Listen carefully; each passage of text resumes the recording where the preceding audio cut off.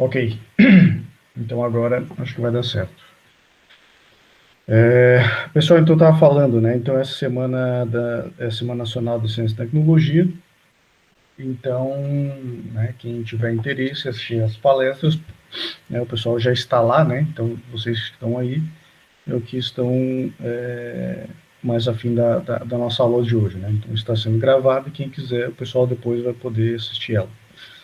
Muito bem. Então, pessoal, dando sequência aqui no nosso curso de termodinâmica, hoje nós vamos tratar das propriedades termodinâmicas, certo? Eu só queria revisar com vocês rapidinho o que a gente viu na aula passada, tá? Deixa eu compartilhar a minha tela aqui.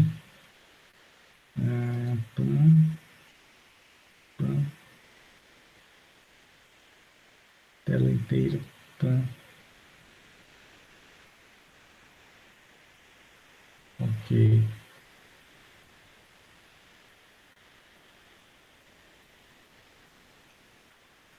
Tá. Ok. Vocês estão vendo o slide aqui, né? Não? Não? Sim. Ah, tá. Beleza. Fechou. Então tá, esse aqui é os slides que a gente viu semana passada, né? E que a gente vai só revisar rapidamente aqui, para a gente entrar ali no assunto das propriedades de substâncias puras, tá? Então a gente viu, né, que a nossa termodinâmica aqui da engenharia mecânica, ela é focada na termodinâmica macroscópica, né? Diferente daquela microscópica que tem mais a ver com uma área da física lá, né? Que estuda os gases, os líquidos e até a matéria mesmo, só que em nível molecular, né?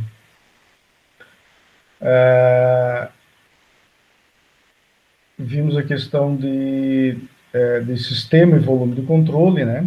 Então, o sistema é aquela porção do espaço que tem uma massa definida, né? Pode ser um cilindro com uma quantidade de gás definida, pode ser essa massa de água aqui, né? Certo? Que não varia, né? Ou seja, uma porção do espaço aí que tem a quantidade de massa fixa que não varia ao longo do processo estudado, certo? Então, veja, o conceito de sistema, ele depende da análise do processo estudado. Eu posso ter um evento formado por dois ou mais processos, né? Então, aqueles processos cuja massa não varia, né? Não existe entrada e nem saída de massa, então são processos que podem ser analisados no âmbito de um sistema, né? Com enfoque de sistema. E aqueles processos onde envolve entrada e saída de massa né, dessa região, então isso aí envolve, ele representa um volume de controle. Né? Então, lembrando que tanto o sistema como o volume de controle, a fronteira pode se expandir e o calor pode ser trocado através dessa fronteira. Né? Então, basicamente, a diferença é que no sistema não existe transferência de massa através das fronteiras e no volume de controle existe a transferência de massa através das fronteiras. Propriedades intensivas e extensivas, né? Então, propriedades intensivas são aquelas que não dependem do tamanho do sistema, né? Por exemplo, a pressão, a temperatura, o volume específico, né? A temperatura da sala aí, da casa de vocês agora, ela é a mesma em qualquer cantinho aí, qualquer posição do espaço aí da sala, a temperatura é a mesma, ou quase a mesma, né? A pressão também, né? Então, ou seja, então é uma propriedade que não depende do tamanho do sistema, certo? Já as propriedades extensivas, elas dependem do tamanho do sistema, como a própria massa, né? Quanto maior a sala, maior a massa de ar que vai ter dentro dela. Maior a sala, maior o volume, né? O volume, inclusive, que mais define o tamanho do sistema, né? E energia também, né? Quanto maior o sistema, maior a quantidade de energia em joule, certo? Que existe dentro daquele sistema. O estado, então, conforme eu comentei aquele dia, o estado termodinâmico, ele é uma coordenada, né?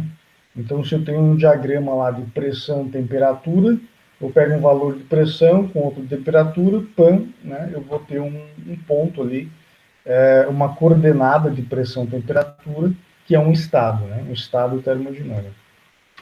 Eu posso ter ali, então, dois estados, né, um estado nessa posição do gráfico, outro estado aqui, que é outra coordenada, e quando o meu sistema ele caminha de um estado para outro, né, então tem um processo, né? Por exemplo, eu tenho um cilindro, tem um gás lá dentro, e ele tem uma determinada pressão e temperatura lá dentro, né? Então, e aí eu chego com um maçarico do lado e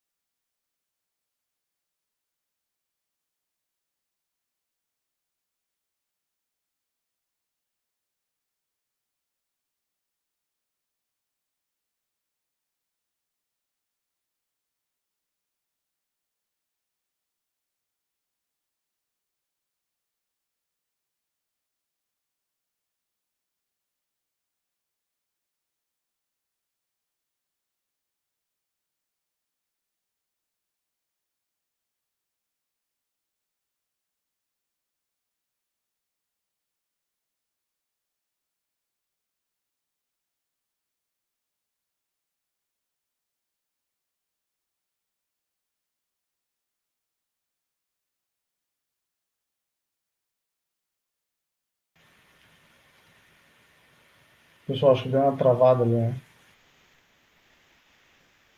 Estamos escutando agora?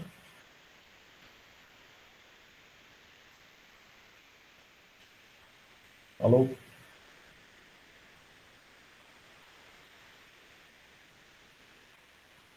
Não me escutam?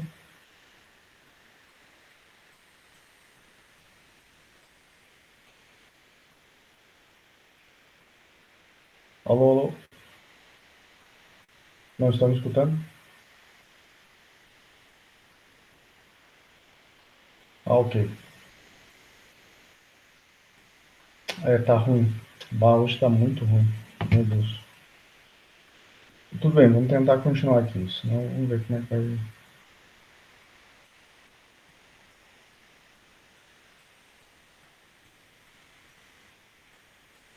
Beleza, então tá, vamos tentar mais um pouco aqui, vamos em frente. Então tá, então o processo, vocês viram falar sobre estado, né? Uma explicação sobre o estado termodinâmico, vocês escutaram, né? Acho que só quando eu comecei a falar do processo, né? E daí, escutaram que eu falei sobre o estado termodinâmico?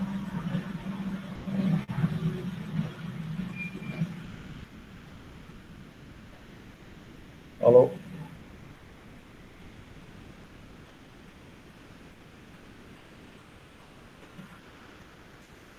Alô? Estão me escutando?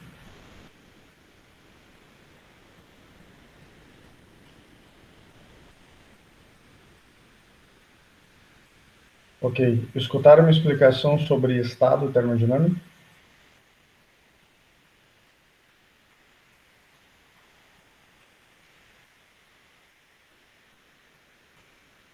Tá, então beleza. Eu vou só prosseguir a partir do processo.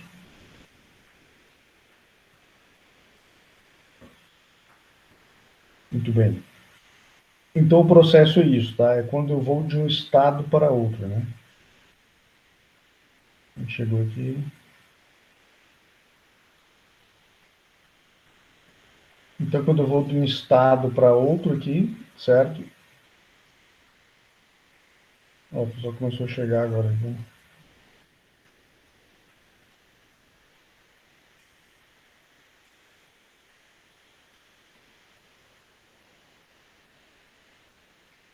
Alô? O Guilherme disse que não está chegando áudio lá. Continua escutando aí, Vitor?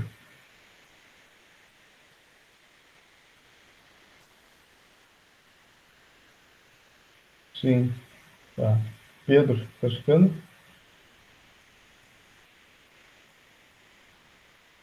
Tá. Então, deve ser um problema no Guilherme lá, então. Muito bem. Então, o processo é isso, tá? O que interessa em um processo termodinâmico é o estado final e o inicial, certo?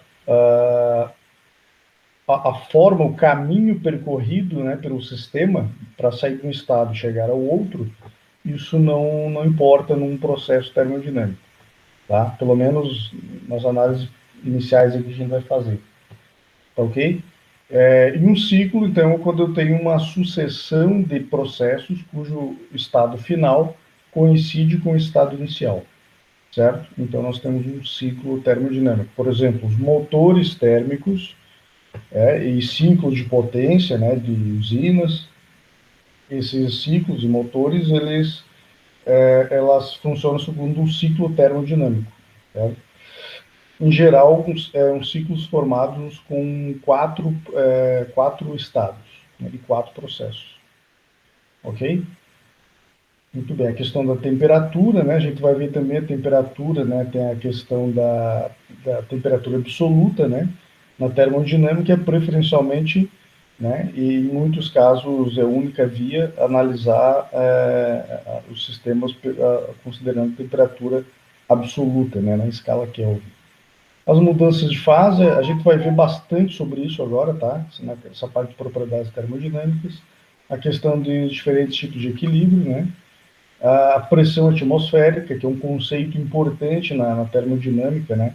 Entender esse conceito de pressão atmosférica, pressão absoluta e pressão relativa ou manométrica, né? Lembrando que a pressão manométrica é a pressão absoluta menos a pressão atmosférica, né? Pressão manométrica pode ser aqui, ó, pode ser positiva ou negativa, pode ser uma depressão, né? Quando a pressão no sistema está abaixo da pressão atmosférica, é uma depressão. E se eu considerar o estado zero de pressão, qualquer pressão acima desse zero é uma pressão absoluta. Beleza? Então, basicamente era isso, e agora vamos entrar na questão das propriedades. Propriedades termodinâmicas, certo? Deixa eu mostrar para vocês aqui, ó. Então, nós estamos entrando aqui já no capítulo 2 do nosso livro ali, Fundamentos de Termodinâmica, do Van Willen, certo? Que é o nosso livro-texto de referência. Então, nós temos, ó, propriedades de uma substância pura. Tudo que eu vou falar ali no slide, ele tem aqui no livro, tá? As figuras eu peguei de um outro livro lá que eu uso também. Professor, está me escutando? Alô? Está me escutando? Eu estou escutando. O professor, a tela do professor não está sendo espelhada. Você Se o não professor tá... puder espelhar para apresentar o slide. Uhum. Ah, tá. É que depois que eu entrei de novo, não compartilhei, né? Não, mas tudo bem. Obrigado. Não, desculpe. Verdade. Tá, tá, tá, tá, tá. Tá.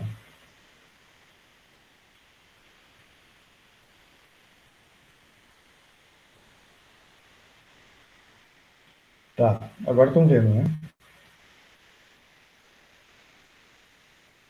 Tá ok?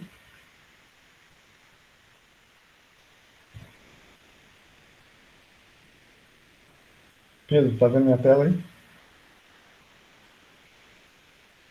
Tá, tô vendo sim, aham. Beleza, então tá. Então vamos em frente. Pessoal, então aqui, ó. Esse aqui é o livro, o capítulo 2, tá? Do livro do Van Willen. E tudo que eu vou falar no slide tem aqui nesse capítulo, né? E como eu comentei, as figuras eu peguei lá do outro livro, né? Que eu coloquei ali no slide, mas é a mesma coisa, tá? Tudo quer dizer a mesma coisa. e depois a gente também vai vindo aqui, pegando alguns dados aqui. Beleza?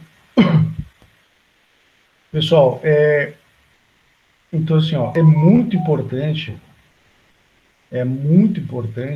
vocês terem a compreensão agora, né? Vocês pegarem bem o entendimento desse capítulo 2, tá? Porque esse capítulo 2, ele, primeiro que a gente vai usar os conceitos vistos ali na aula anterior, conceito de propriedades, de estado, processo, ciclo, ok? E a gente vai aprender aqui a pegar, a quantificar, a pegar na tabela termodinâmica os valores dos estados, né? Então, nós vamos agora aprender, primeiro, um pouco sobre o comportamento das substâncias puras, e, em seguida, como é que a gente quantifica o valor das propriedades, certo? E vamos fazer algumas análises. Então, é muito importante que vocês entendam essa etapa aqui do capítulo 2, porque tudo que a gente for ver ao longo de todo o curso de termodinâmica está tudo baseado nesta etapa aqui das propriedades, certo? Qualquer análise de termodinâmica é baseado em propriedades. A propriedade das substâncias, do fluido do trabalho. Beleza? Então, é bem importante vocês entenderem essa parte aqui. Vamos lá para o slide. Então, olha só. Então, para a gente compreender o comportamento das substâncias puras, né, a gente vai primeiro analisar de forma qualitativa um diagrama 3D, que é um diagrama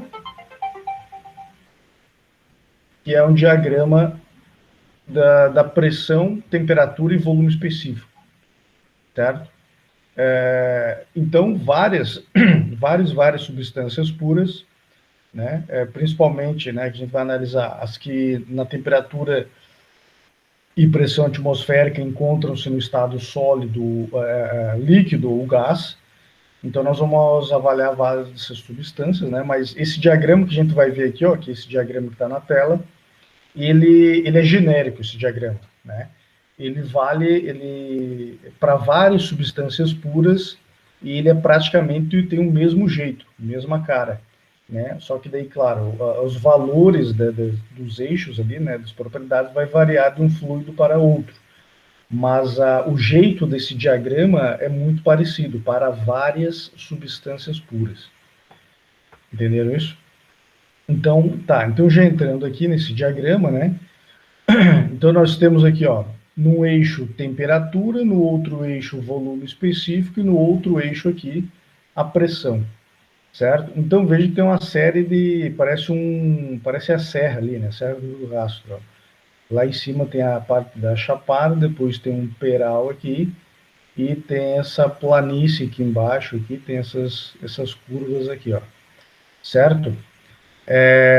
Então, veja que nesse diagrama está descrito ali, ó, que tem uma região que corresponde a líquido, outra região aqui embaixo que corresponde à fase vapor, outra região corresponde à fase sólida, né?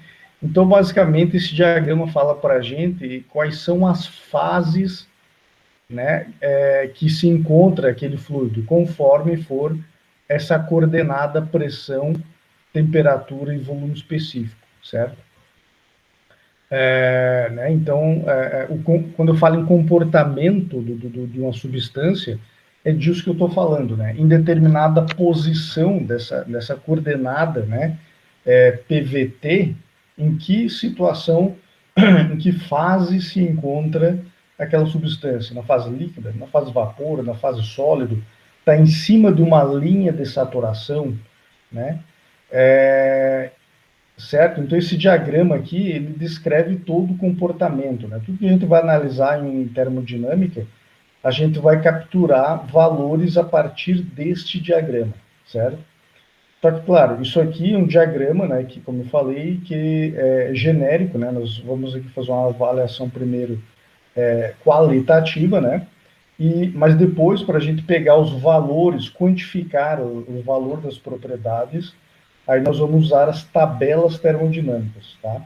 Que é o que a gente vai tentar fazer, passar para vocês hoje fazer o fechamento, que é para a gente entender isso, né? Primeiro, então, a gente tem entendimento qualitativo desse diagrama e aprender a pegar, a quantificar, buscar nas tabelas termodinâmicas os valores das propriedades, tá?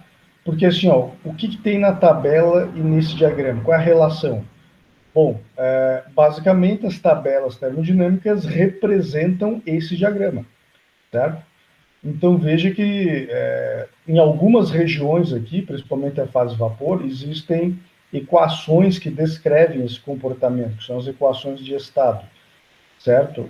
Só que não é muito prático trabalhar com as equações de estado. Às vezes, muitas vezes, na maior parte das vezes, é mais fácil a gente buscar nas tabelas termodinâmicas, né? As propriedades. Claro, a menos que a gente esteja trabalhando com um software de análise de sistemas térmicos. Então, existem alguns desses softwares, né? Ainda não consegui comprar para a gente aqui no IFSC, mas eu quero comprar. Tem um software muito bom de análise de sistemas térmicos que ele tem dentro dele a biblioteca das tabelas, né? Ou seja, tem inclusive equações de estado implementadas dentro das suas bibliotecas. Então a gente só entra ali com temperatura, pressão, volume específico no código ali, né, do algoritmo na parte de interface ali de usuário, né, e a gente obtém os valores das propriedades. Então é muito prático. Mas para a gente fazer as contas aqui manualmente, é muito mais fácil a gente buscar os valores das tabelas termodinâmicas, tá? Então é isso, as tabelas termodinâmicas, elas representam esse diagrama aí, ó, esse diagrama que a gente está olhando aí. Muito bem, só que fazer uma análise do diagrama aqui, ó, na forma tridimensional, ele é um pouco complexo. Então o que a gente vai fazer é uma análise das projeções. Quem que entrou aqui? Vitória. Certo? Então o que a gente vai fazer aqui, ó, é uma análise das projeções desse diagrama. Certo? Então aqui, ó, tem uma primeira projeção. Tem essa primeira projeção que é pressão-temperatura, certo? Então veja aqui, ó, se eu olhar daqui, ó, né? Tá vendo minha mãozinha aqui, né? Nessa direção aqui, ó, se eu olhar desta direção aqui, o que eu vou ver? Eu vou ver o eixo temperatura e o eixo pressão na vertical. Ou seja, é esta projeção aqui que está no lado direito aqui, ó. Entenderam isso? Então, esse diagrama aqui, esse que está no lado direito, é a projeção, direita, aqui do lado direito desse diagrama tridimensional. E aqui embaixo as outras duas projeções. Depois a gente vai vir para essas outras duas projeções. Entenderam isso, pessoal?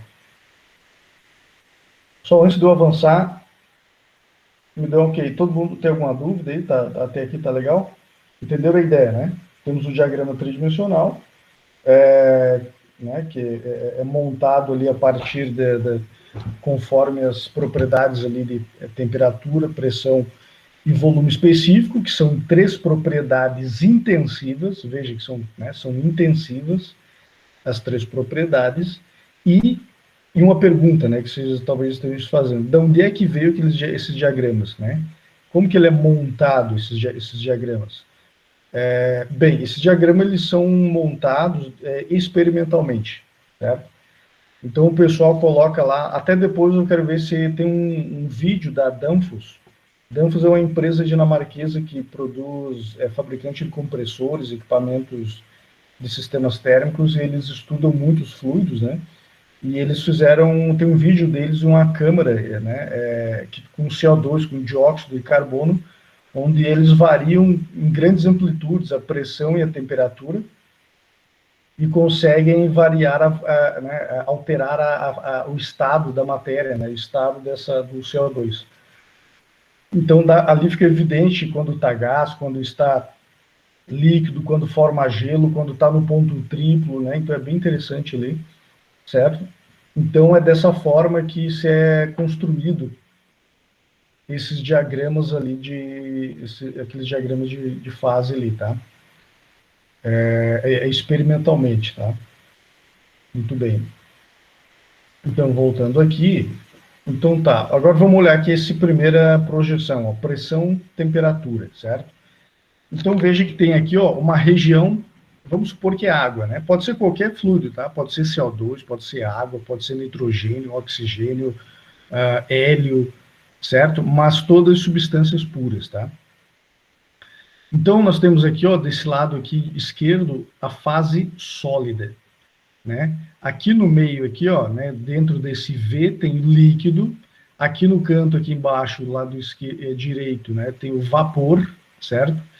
E cada uma dessas linhas verdes são linhas de saturação, certo? São linhas de saturação. O que que é isso, né? É justamente a fronteira, né? Onde é aquele estado termodinâmico onde o fluido está na iminência de se tornar líquido ou vapor e sólido, ou sólido líquido, né? Tanto faz, certo? Então veja bem, ó, cada ponto em cima dessa curva aqui, ó, verde, cada ponto aqui é um estado termodinâmico. Na verdade, qualquer coordenada aqui, tá?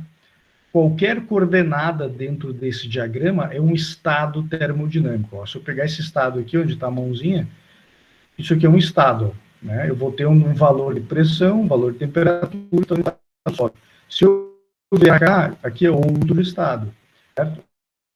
Se eu estiver em cima da linha de saturação, também é um estado. Tudo isso é um estado termodinâmico. Tá? E agora que eu tenho alguns pontos singulares aqui, ó, né? Temos algumas singularidades. Por exemplo, esse ponto crítico aqui, ó. Então veja que eu tenho uma linha que divide aqui, ó, líquido e vapor. Aqui está bem definido, ó, do lado de cima é líquido, do lado de baixo é vapor. Só que tem um ponto ali, ó, que a partir dali não se distingue mais líquido e vapor, que é o tal do ponto crítico, certo? É o ponto crítico. Acima deste valor aqui, ó, o negócio é meio nebuloso, sabe? É um sistema, é uma fase meio instável, né? Não é bem definido ali, porque é muito parecido, né? Um negócio meio líquido, meio vapor, né? Então a gente não... aliás, até se trabalha nessa região aqui, inclusive tem alguns sistemas de geração de energia hoje em dia que trabalham justamente nessa região aqui, tá? Mas, de modo geral, acima desse ponto crítico, indo mais para o lado da direita, nós temos vapor, o vapor superaquecido. Tá? E outro ponto singular é o ponto triplo. Então, veja aqui, ó, essas linhas que separam sólido líquido, a linha que separa líquido vapor, a linha que separa sólido vapor, veja que os três curvas têm um ponto de convergência, que é esse ponto triplo, né?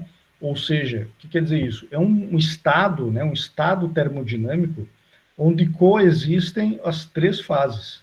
As três fases estão presentes ali, né? Sólido, líquido e vapor. Ok? Nesse videozinho da Danfoss, fica bem claro, deve ver tudo isso, né? Deve ver o ponto triplo, inclusive. Tá? Então, aqui, acho que não sei, não tem segredo aqui, né, pessoal? É um diagrama que, né, separa aqui as fases. Professor, Oi. uma dúvida. Fala. Para essas projeções, significa, por exemplo, que a projeção de temperatura e pressão, o volume é constante? Ou não? Não tem nada a ver com isso. Veja bem, esse diagrama que está aí, ele pode variar, tá, Pedro? Só que esse diagrama que está aí, por exemplo, se tu pegar um diagrama, ele é uma fatia, ele é uma fotografia de um volume específico, de um valor de volume específico, entendeu? Veja que nós estamos falando aqui, ó, o que está envolvido aí é o volume específico, né? Não necessariamente, não é volume apenas, é volume específico, né? Lembre que volume, o inverso de volume específico é a massa específica, né? A gente chama às vezes de densidade, mas o inverso é massa específica, entendeu? Então, nós podemos ter vários gráficos desse dali, de pressão e temperatura, entendeu? Várias lâminas entendeu? Várias lâminas de pressão e temperatura. Sim. Mas daí, para mim analisar essas projeções, aí então eu teria que considerar um valor constante e fatiar esse gráfico nesse valor. Exatamente, exatamente. Só que assim, ó, não se preocupe agora com isso, porque, como eu falei, assim, a gente está tentando entender qualitativamente, fisicamente, o que representa esse diagrama aí, tá? Que é importante isso. Só que depois a gente vai buscar os valores lá nas tabelas termodinâmicas e a gente vai ter um exemplinho ali que eu vou mostrar para vocês, e daí vai ficar mais claro aí como a gente vai buscar os valores ali, tá? Beleza? Mas a intenção agora é a gente entender a física, entendeu? O que fisicamente representa esses diagramas ali. Beleza? Pessoal, em geral, ó, todas as nossas análises aqui de termodinâmica, mecânica dos fluidos, depois transferência de calor, sempre eu vou falar isso para vocês. A gente primeiro tentar ter um entendimento qualitativo do problema, para depois ir fazer contas. Entendeu? Isso é muito importante, pessoal. Vocês não podem se preocupar em tentar saber qual que é a fórmula que eu aplico aqui nesse problema. Não é assim que resolve, certo? Se a gente ficar preocupado só com qual é a fórmula que eu aplico, vai dar errado as análises, né? Então, vocês têm que, em primeiro lugar, se preocupar em entender qualitativamente o fenômeno, entendeu? Para depois aplicar as equações e fazer as contas, buscar valores de propriedades, essas coisas aí, entendeu? Então, por isso que é importante essa fase de interpretação da física aqui. Muito bem, vamos em frente. Então, o que eu quero dizer é o seguinte, ó, por exemplo, líquido-vapor, né? Temos essa curva aqui, ó, líquido-vapor.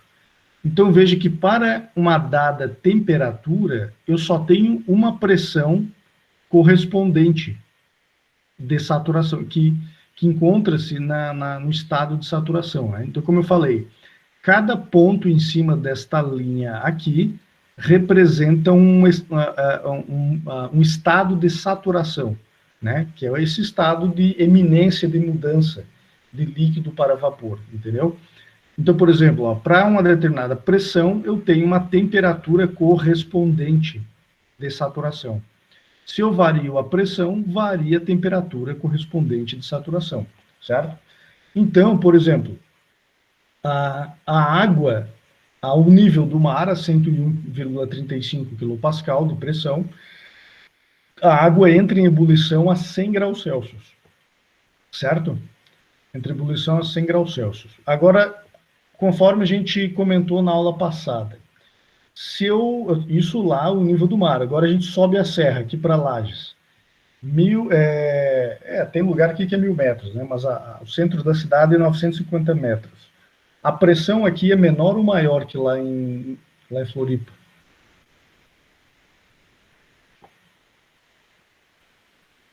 Menor. Menor, exatamente. Menor. Por que é menor, lembram? Por causa da coluna de ar. Exatamente. Perfeito. A coluna de gás em cima da nossa cabeça é menor, né? Supondo, né? Vamos, hipoteticamente, supor que o teto da atmosfera é 100 km, né? Ele está fixado lá em 100 km, o teto da atmosfera. Então, se a gente subir a serra, subir uma montanha, a coluna de gás de atmosfera em cima da minha cabeça diminui, é menor. Ou seja, tem menos massa de gás em cima da minha cabeça, portanto, né, a gravidade está puxando essa massa, essa coluna de gás.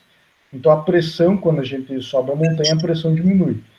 Então, agora, olhando o diagrama aqui, ó, diminuindo a pressão, o que acontece com a temperatura de saturação? Ou seja, se é a saturação de líquido para vapor, estamos falando da temperatura de ebulição, né? Então, quando eu subo a serra, a temperatura de ebulição aumenta ou diminui?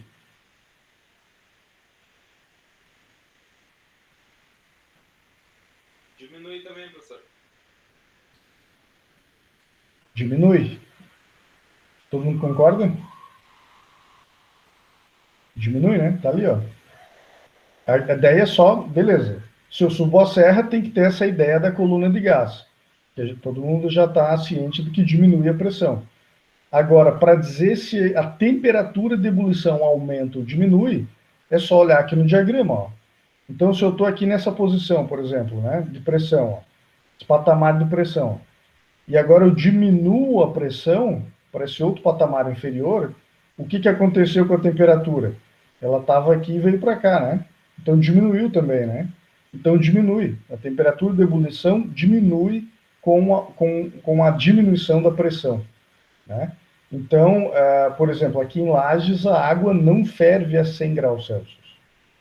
Ela ferve se eu não me engano, é 96, por aí, 95, 96, uma coisa assim, certo? Porque a pressão atmosférica aqui é menor. Se a gente for lá para o Peru, lá em Cusco, né? Em Cusco, lá, a cidade dos Incas, lá acho que é 3.000 metros de altitude lá, né? Então lá ela ferve a menos ainda, né? Certo? Ela vai ferver, não sei, vou dar um chute, 80 graus, por aí, sei lá. É só ver, isso é fácil. Depois a gente vai ali na tabela termodinâmica e vamos ver, né? Então isso tudo dá de buscar lá na tabela termodinâmica. Para cada pressão, qual é a temperatura de saturação correspondente, tá? Pessoal, isso é bem importante, tá? Então, lembrando assim, na saturação, temperatura e pressão estão amarradas.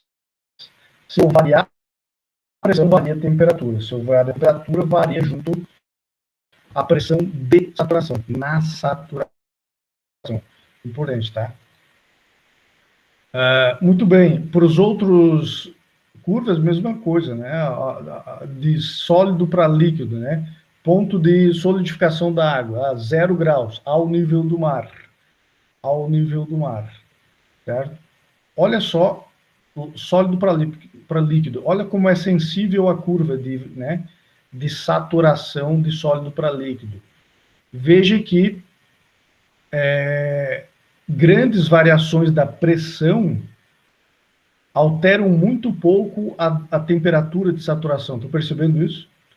Grandes variações de pressão alteram muito pouco aqui, ó, a temperatura de saturação de sólido para líquido, né?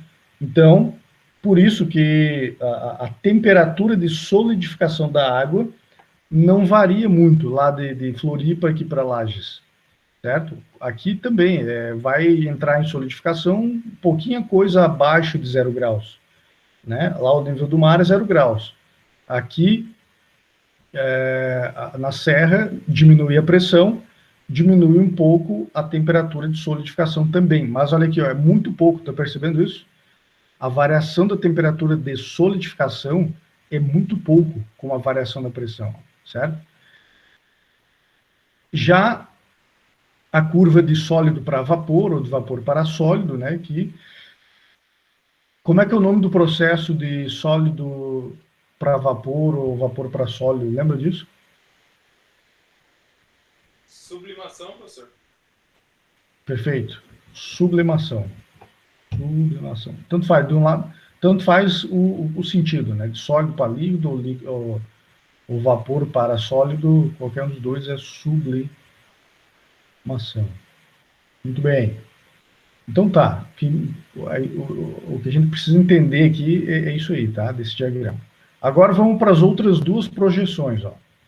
Então aqui, ó, a projeção volume específico, pressão, e a projeção volume específico, temperatura, certo? Ou seja, nós estamos olhando nesse sentido, uma projeção, e a outra projeção de cima para baixo aqui, ó, né? Projeção superior, vista superior e vista frontal. Agora sim, né? Usando os termos lá de desenho técnico, né? Então aqui, ó, vista frontal da projeção, a vista superior, e esse aqui do lado é a vista lateral direita, né? A vista lateral direita do diagrama aí. Muito bem. Então, olha só. Agora veja que mudou o negócio aqui, né? Agora apareceu eu gosto de chamar isso aqui de montanha, né? Eu gosto de chamar isso aqui de montanha da saturação. A montanha da saturação. Porque é uma montanha, né? Pessoal, esses dois diagramas, eles são parecidos, tá? Pode ver aqui, ó, já de cara que eles têm uma certa semelhança, né?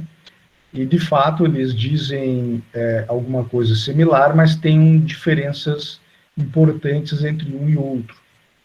O que é parecido em um e em outro? É que, por exemplo, ó, Nos dois, aqui do lado esquerdo da montanha, né?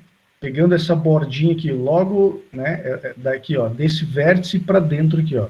Essa região aqui, ó, do lado esquerdo da montanha é líquido. Essa região do lado direito é vapor. E aqui é a mesma coisa, ó. Toda essa região do lado esquerdo é líquido. E esta região aqui toda é vapor. E aqui está o ponto crítico, olha, ó, tá vendo? O topo da montanha é o ponto crítico. O que neste diagrama aqui é só um ponto, né? Porque a gente está vendo ele de lado aqui, de lateral, né? Que é esse ponto aqui, ó, olhando lá no diagrama 3D, né? Ó, esse aqui é o ponto crítico, que nessa projeção fica só um pontinho. Nas outras duas projeções, superior e frontal, viram a montanha aqui, ó. Dá de ver bem o topo da montanha, que é o ponto crítico. Ok? Muito bem. Então, os dois gráficos dizem isso. Do lado esquerdo é líquido, do lado direito é vapor. E o topo da montanha é o ponto crítico. Dentro da montanha, o que tem dentro da montanha? Uma mistura de líquido e vapor, certo?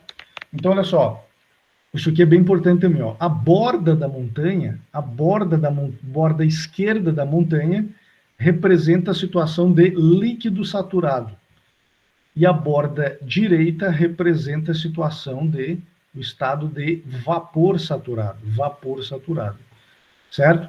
Então, por exemplo, que nem aquele exemplo clássico lá de física do 2º grau, né, que a gente coloca a panela no fogo, panela de água, cheia d'água, e vai aquecendo a água vai aquecendo a temperatura, aquecendo, até chegar em 100 graus.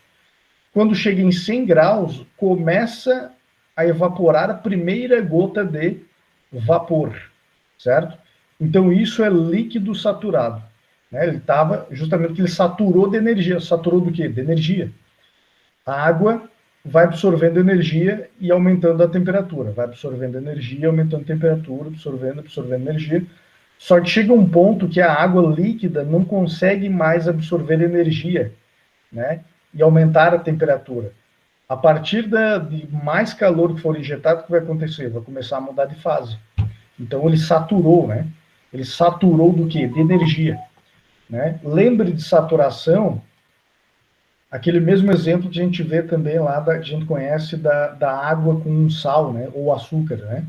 A gente tem um copo de água e vai colocando o sal ou açúcar, ele vai dissolvendo, a água dissolve. Né? Só que chega a um determinado limite que a próxima colher de sal ou açúcar, ela não dilui mais, ela vai precipitar o sólido no fundo do copo. Por quê? Porque a água saturou de açúcar ou saturou de sal. Entendeu? É a mesma coisa. Só que nesse caso a água vai saturar de energia. A água não consegue diluir mais dentro dela energia, absorver energia. Ela vai mudar de fase. Né? Só que a diferença, em vez de precipitar alguma coisa, ela vai mudar de fase. Por isso que o nome é saturação. Saturou de energia. Entendeu? Muito bem. A mesma coisa do lado do vapor. Eu tenho uma câmara lá cheia de vapor, só vapor. Né? E aí eu começo a tirar calor. Eu começo a tirar calor, a temperatura vai caindo desse vapor. Vai caindo, até que chega um ponto que o vapor também satura, chega no ponto de saturação de energia. Então a próxima porção de energia que eu tirar, ele vai começar a liquefazer, a formar a primeira gota de líquido, entendeu? Então, isso é o lado direito da montanha aqui, ó. Então, a borda da montanha, aqui do lado direito é vapor saturado, e a borda esquerda é líquido saturado. E os dois se encontram lá em cima no ponto crítico, certo? Esse diagrama aqui do lado, de pressão volume específico, quer dizer a mesma coisa, tá? Quer dizer a mesma coisa. Tudo bem, então qual é a principal diferença desses dois diagramas aqui, ó? Essas linhas contínuas aqui, ó. Ó, nesse diagrama aqui, ó, estão vendo essas linhas aqui, ó, né? Essas linhas que crescem da esquerda para a direita, ó. No diagrama de temperatura volume específico, essas linhas crescem da esquerda para a direita, que são, veja que são linhas de pressão constante. Estão vendo aqui? Aqui embaixo, ó, é uma linha de pressão de 1 atmosfera. Ó, 1,01 bar. Isso aqui é a pressão atmosférica. Essa linha da pressão de 10 megapascal. Aqui em cima de 22 megapascal. Certo? Ou seja, se eu estiver caminhando em cima desta linha contínua, estou sempre em cima da mesma pressão. Aqui, ó. Estou sempre em cima da mesma pressão. Se é uma linha que representa a pressão que nunca muda, esta linha é chamada de ISO. É uma linha... Alguém sabe? Isobárica. É uma isobárica, certo? Essas linhas, no diagrama de temperatura, volume específico, essas linhas representam isobáricas, né? Linhas de pressão constante. Já no diagrama de pressão, volume específico, essas linhas contínuas são isotermas, linhas de temperatura constante, ok? Em cima dessas linhas, a temperatura é sempre a mesma, sempre a mesma. Estou caminhando em cima de uma isoterma. Entenderam isso? Então, é sempre o inverso, né? Se eu estou no diagrama pressão, volume específico, as linhas aqui inclinadas são isotérmicas, isotermas. E no diagrama temperatura, volume específico, as linhas contínuas são isobáricas, que representam pressão constante. Entenderam isso, pessoal? Então, isso basicamente é o que a gente precisa entender destes diagramas. Dúvidas até aí? Está entendido?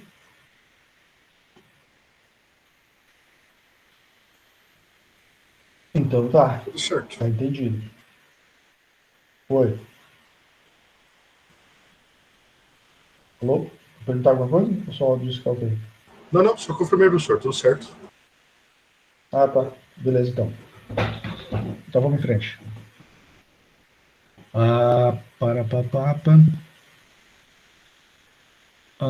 Aqui, ó, só um exemplo, né? Então, aqui, ó, diagrama de fase da amônia. Amônia, o que é amônia? É um fluido,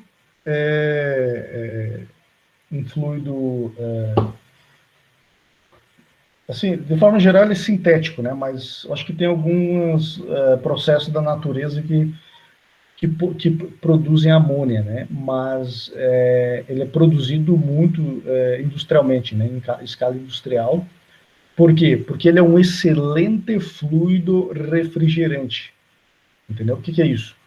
Fluidos refrigerantes são fluidos de trabalho dos sistemas de refrigeração, certo? Então, em aplicações de refrigeração industrial, é muito usado a amônia, certo? Por quê? Porque ela proporciona uma boa eficiência de máquina, certo? Lembra que a gente já definiu aqui o que é eficiência, lembra? Eficiência é o que eu uso dividido pelo que eu gasto, né? O que eu aproveito dividido pelo que eu gasto. No caso do sistema de refrigeração, o que eu aproveito, o que é? É a capacidade de refrigeração. É a taxa de calor que eu tiro de um ambiente, né? Só que para mim tirar calor do ambiente, eu preciso gastar potência de eixo do compressor. Então, eu tiro capacidade de refrigeração e gasto potência de eixo, certo? Então, um dividido pelo outro é eficiência, ou coeficiente de performance de um refrigerador. E a amônia, ela permite a gente obter um bom coeficiente de performance, certo? Por isso que ela é bastante usado na indústria. Por que na indústria? Porque dentro dos lares domésticos, ele tem um risco muito grande de usar amônia. Por quê? Porque ele é tóxico. Ele é altamente tóxico para o ser humano, tá? Existem muitos casos aí de mortes, né? No início da história aí das tecnologias de refrigeração, usou-se amônia, né? Só que deu alguns acidentes aí, pessoas morreram, então foi abolido a amônia do sistema de refrigeração doméstico, né? Então ele é usado só na indústria. Mas ainda assim, na indústria, às vezes a gente escuta falar por aí que alguém até morrer não é muito comum, mas de pessoas que desmaiaram, né? Que às vezes porque ele não tem cheiro, é inodoro, né? Então, às vezes tem um vazamento de amônia, o pessoal não vê, quando vê um cara desmaia lá e alguém tem que arrastar o cara ligeiro do lugar para não morrer, né? Então, isso, vez ou outra, a gente escuta falar por aí que acontece isso, né? Ok? Mas, hoje em dia, os sistemas de manutenção, né, estão bastante desenvolvidos e é possível, na grande maioria dos casos, evitar esses acidentes, né? Uma vez ou outra, né? Estatisticamente é muito pequeno, né? Esses casos de acidente que acontecem, mas alguma outra vez acontece. Ok? Então, a amônia é esse refrigerante aí, esse fluido de trabalho do sistema de refrigeração, né? E, por exemplo, a questão é que as propriedades, né? A relação de pressão e temperaturas também é muito conveniente da amônia, sabe? Então, ou seja, para temperaturas aí, né, menos 25, né? Poxa, tu tem um baita do sistema de refrigeração, tu tem um sistema que congela menos 25, né? Então, tu tem pressões moderadas, né? Diferença de pressão moderadas para uma faixa de temperatura grande, ó, né, de saturação. Isso quer dizer o quê? Diferença de pressão moderadas é que você vai gastar menos potência de compressor, certo? Quanto maior a diferença de pressão entre dois estados termodinâmicos no sistema de refrigeração, quanto maior a diferença de pressão, maior é a potência exigida do compressor, né? E aí fica mais caro operar com aquele compressor. Entenderam isso? Então, por isso que, então, em geral, no sistema de refrigeração, o evaporador, que é aquele trocador de calor que tira o calor do ambiente, no caso da amônia, ele está a menos 25 graus, né? E aí esse calor que foi absorvido pelo fluido é transportado lá para o outro lado, para outro trocador de calor do lado de fora, que é o condensador. E o condensador, então, ele rejeita o calor para a atmosfera, né? Então, nós temos aqui, né, 25 graus Celsius e menos 25 graus Celsius do evaporador, condensador a 25.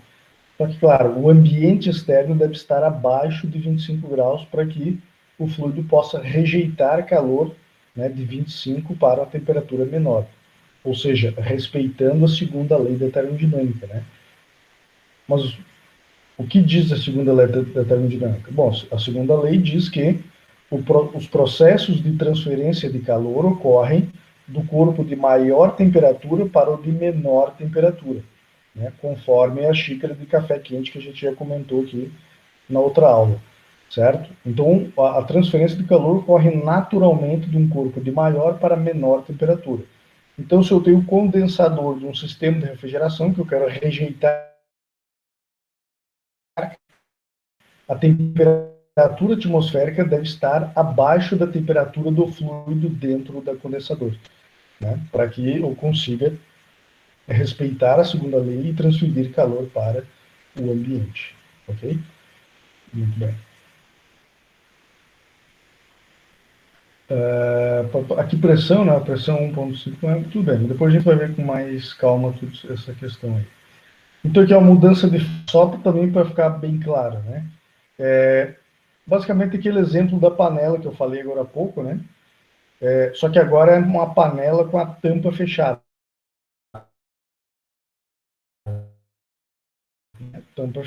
Isso aqui, pessoal, é um sistema, tá? Um sistema. Eu tenho uma massa fixa de água líquida na letra A aqui, ó. Eu tenho uma massa fixa de água que está no estado líquido, ok? E aí acho que começa a esquentar essa água, ou seja, começa a jogar calor para dentro da água. O calor vai atravessar a fronteira do sistema aqui, ó, vai atravessar a fronteira e injetar calor dentro da água. O que vai acontecer? Já que esse êmbolo aqui é móvel, vai expandir, né, o sistema vai expandir. né? Ele vai começar, à medida que vai injetando calor, ele vai se expandindo, o volume vai aumentando, né? E o volume específico também vai aumentando, né? Porque, lembre, volume específico é volume dividido pela massa. Se a massa do sistema é fixa, se eu aumentar o volume, então aumenta o volume específico também, certo? E nesse caso aqui, pessoal, a pressão é constante, tá? Porque a única coisa que está fazendo pressão nesse sistema, na água, é o êmbolo, o peso do êmbolo. É a pressão atmosférica mais o peso do êmbolo, certo? Então, nos três casos aqui, a pressão é a mesma, mesmíssima pressão. A mesma massa de água, a massa de água é a mesma, a única diferença é o quê? O volume específico, certo?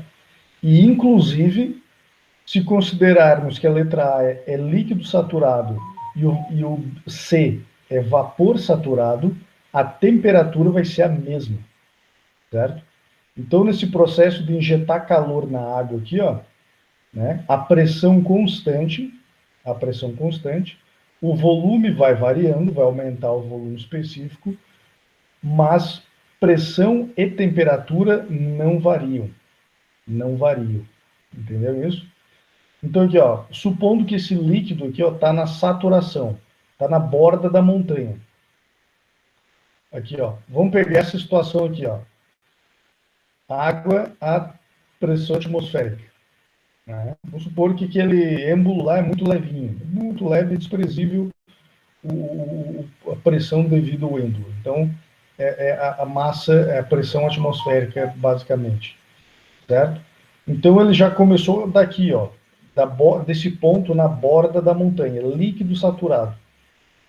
E a gente começa a injetar calor, no meio do caminho está nessa situação aqui, ó.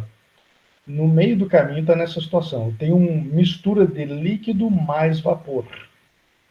Na mesma pressão, porque é só o êmbolo aqui, a atmosfera que está fazendo pressão, e na mesma temperatura, porque eu estou na situação de saturação. Qualquer porção de calor que eu injete no sistema, ele vai se converter em vaporização da água, não vai aumentar a temperatura.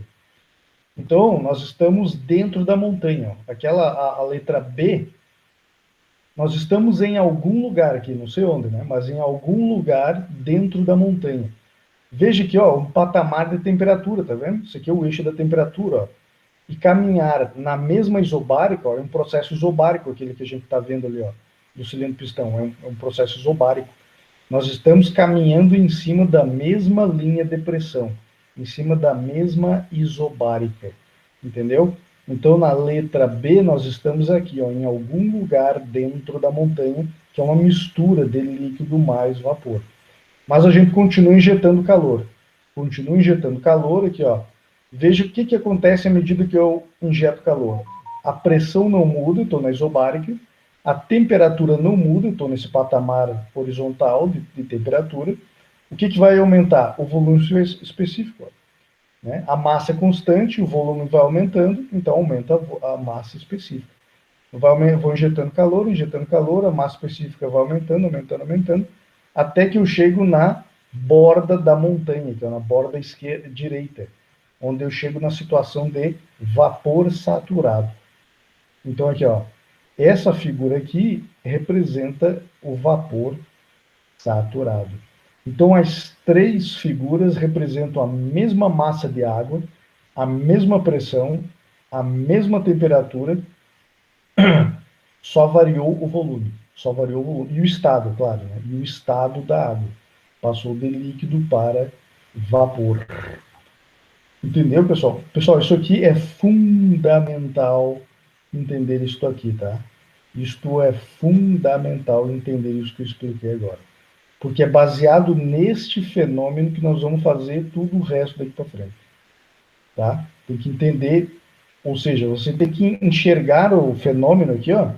Isso aqui é o fenômeno, o problema, o fenômeno físico que está acontecendo aqui, ó. Você tem que ir lá na montanha, no diagrama de fase, e interpretar o que está acontecendo. Às vezes eu pulo de isobárica, eu pulo de uma isobárica para outra. Certo?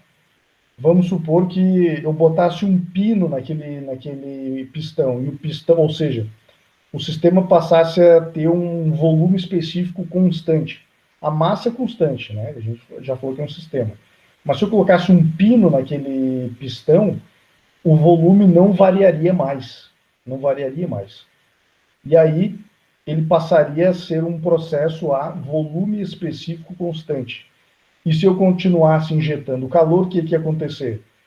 Aí a pressão e a temperatura iam começar a aumentar. Certo? Se fosse um processo isocórico, né, no caso de que não muda o volume é constante, seria um processo isocórico. E aí, o que ia acontecer? A gente ia subir reto aqui, ó.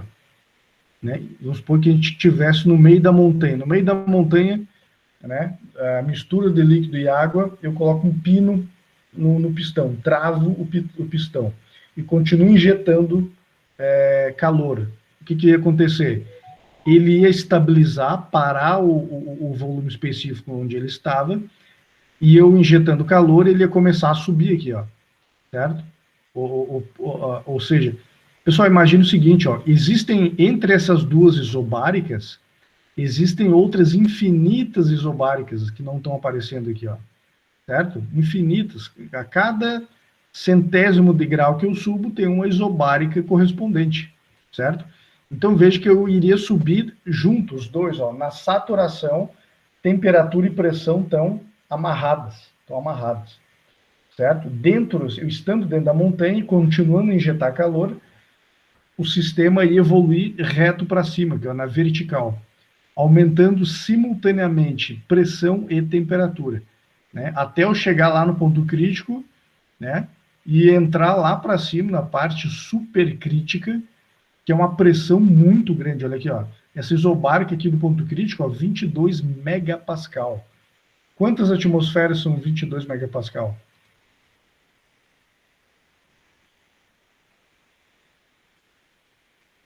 O 22 megapascal é quantos quilopascal?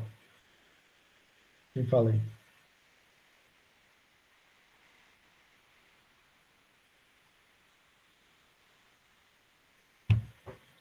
O 22 megapascal. Quantos quilopascais? 22.000, professor. 22.000 quilopascal. Quanto que é uma atmosfera mesmo em quilopascal? 10 na 5? Não, em quilopascal. 10 na 2? 10 na 2. 100, é 100, né? Então, uma atmosfera é 100 quilopascal, ou 101, né? Então, vamos aqui, ó, dividir por 101. Dividir por 101 quilopascal. Então, ó, o ponto crítico da água é numa pressão de 217 atmosferas. Certo? Então, é isso que ia acontecer, tá? Se a gente travasse o pino ali, ó, travasse o pino naquela mistura de líquido e vapor e continuasse injetando calor, esse negócio ia subir a pressão até chegar aí e passar, né? A gente pegou a pressão do ponto crítico, mas pode passar, vai lá para cima, né? De 217 atmosferas, né? Ou seja, se eu sou um engenheiro que estou projetando um sistema que vai funcionar dessa forma, veja que eu tenho que primeiro fazer uma análise de termodinâmica para saber qual é a pressão final do meu sistema. E em função da pressão final, é que eu vou projetar a espessura de parede do meu vaso de pressão, da panela de pressão ou vaso de pressão para não explodir. Se for uma panela de pressão comum, explode, não chega nem na metade aqui, né? A panela de pressão de casa, qual é a pressão dela, vocês sabem?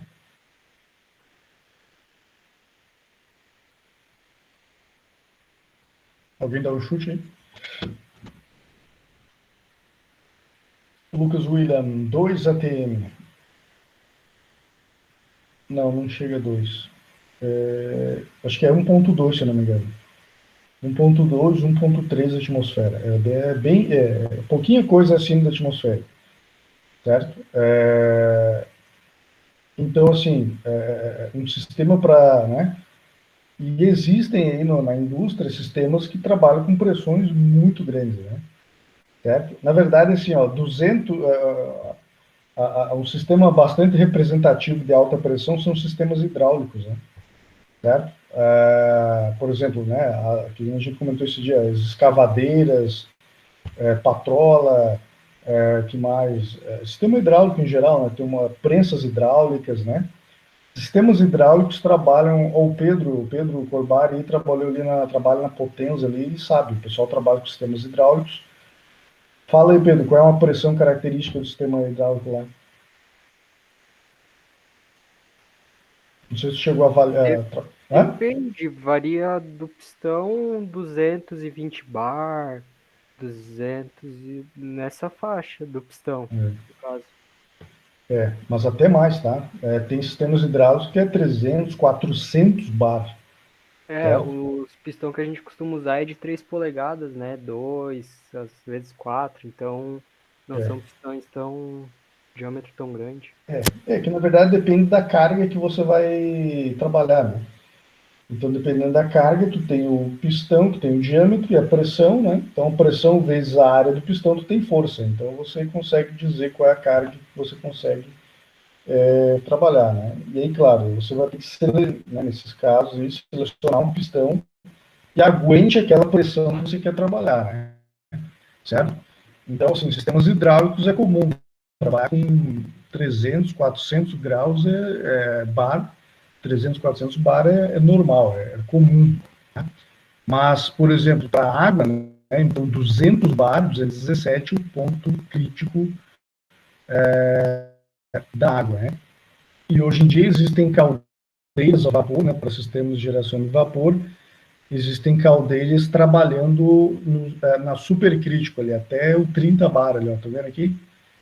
Tem essa região aqui, ó, essa isobárica de 30 bar. Hoje em dia tem algumas caldeiras aí trabalhando nessa faixa de 30 bar de pressão de vapor, tá? Certo? Então é isso, tá? E, pessoal, é só fazer uma relação também legal aí. Vocês estão fazendo agora mecânica dos sólidos, né? Com o professor Anderson Correia. E eu não sei se é nessa disciplina, mas lá vocês vão aprender a calcular a espessura de parede de vasopressão, né? É muito interessante. Mecânica dos sólidos é uma matéria muito legal também, né?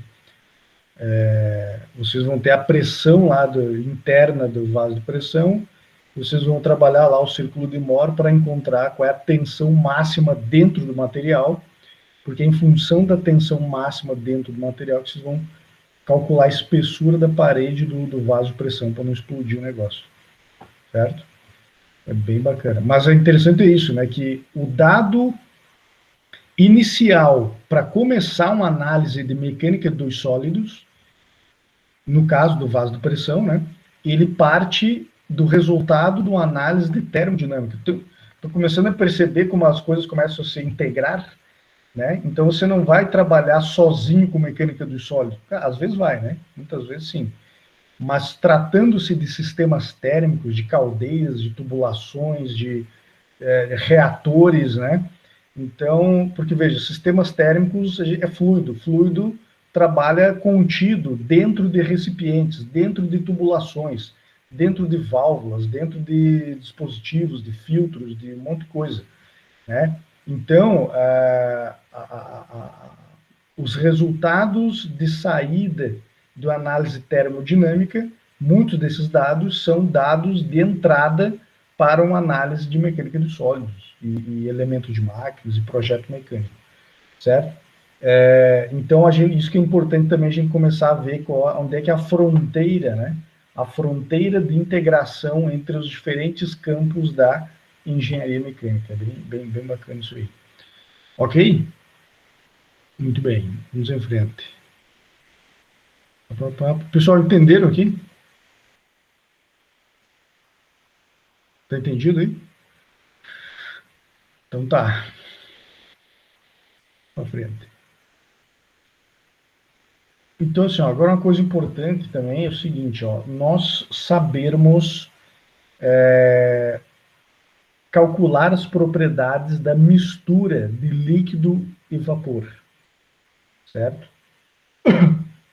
Que nem eu falei ali, nós estamos em algum lugar no meio da montanha, né? Porque é uma análise qualitativa.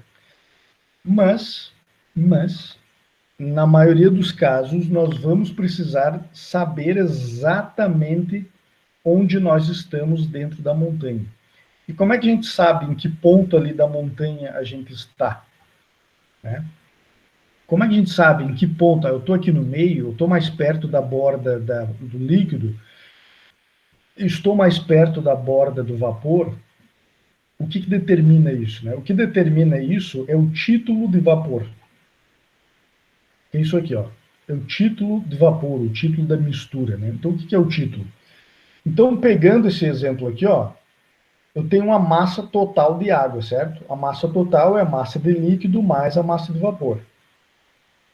O título de vapor, por definição, é a massa de vapor dividido pela massa total, certo? É a massa de vapor dividido pela massa total. Por exemplo, então, agora baseado nisso que eu acabei de falar, pessoal, qual é o título do líquido saturado? Diga aí para mim. Ó, vou deixar aqui, ó.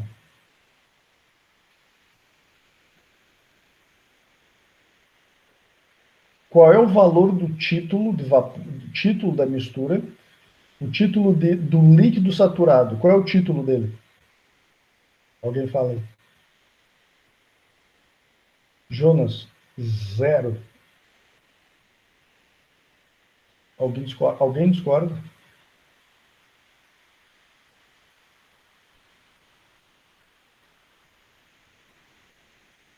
Silêncio sepulcral. É 0, está correto. Claro, né? Está aqui, ó, massa de vapor. Se eu estou falando de líquido saturado, massa de vapor é 0. Certo? E a massa total, ó, massa de vapor, 0. Quer dizer que a massa total é a própria massa de líquido. Outra pergunta. Qual é agora aqui, ó, o título na situação de vapor saturado total? O sistema totalmente vapor saturado. Qual é o título?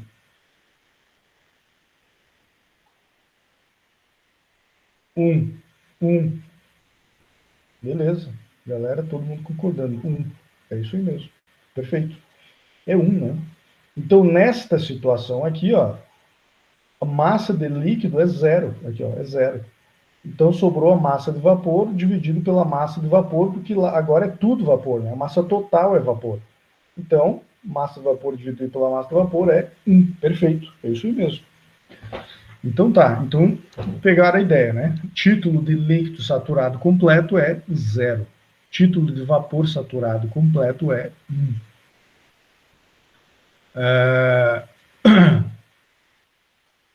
Muito bem. Então temos aqui, né? Então volume, o volume total é a soma do volume de líquido mais o volume de vapor, certo?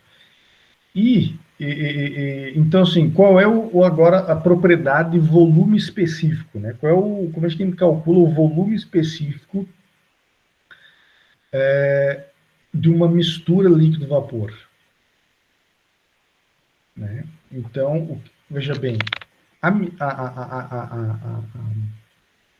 o volume específico da mistura é igual o volume específico do vapor saturado. É que esse G, é que no livro, eu peguei lá do livro inglês, tá? E no livro inglês, ele chama de vapor gas. E o líquido ele chama de fluid e gas. Só que é saturado, né? Mas aqui em português a gente chama de líquido e vapor. Então, o F é fluid, que é o gas, é fluid, que é líquido, e o G é o gas, que é vapor, tá?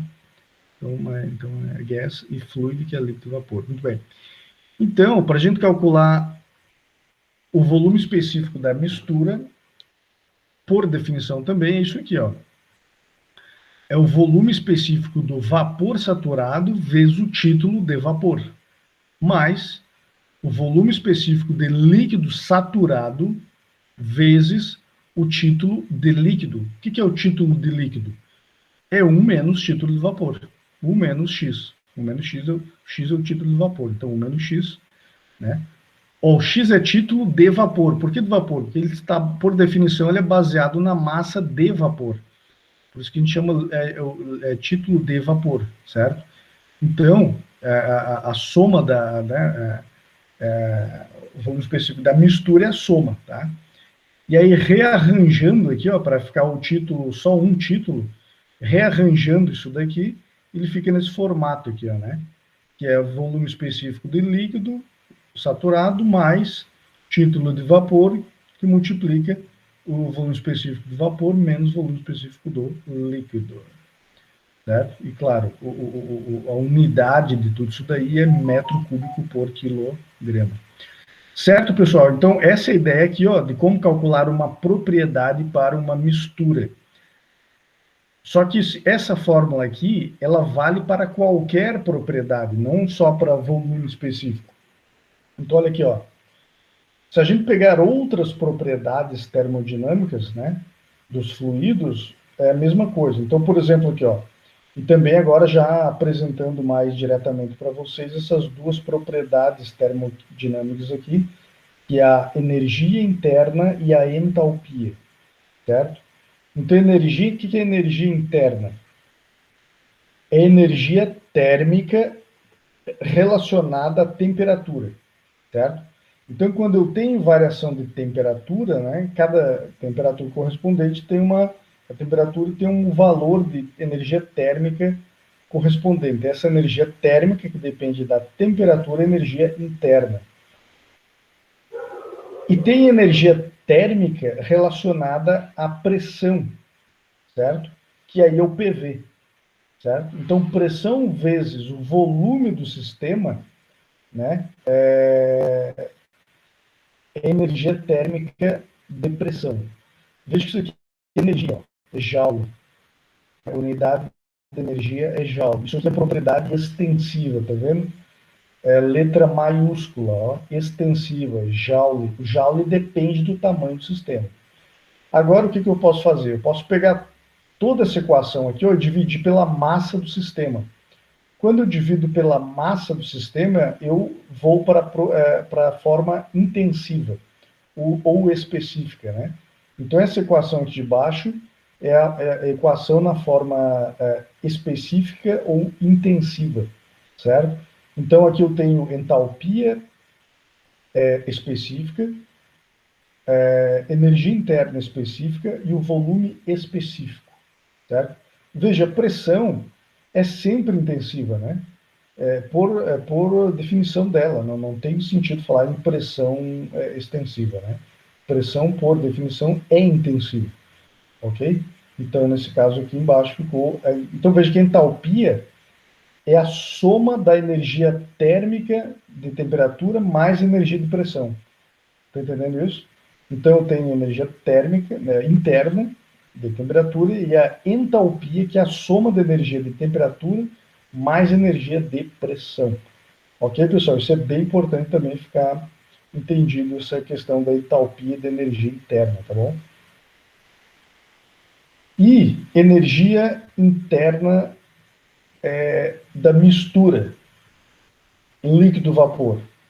Veja que o modelo, a estrutura da equação é igualzinha aqui essa que a gente viu, tá vendo?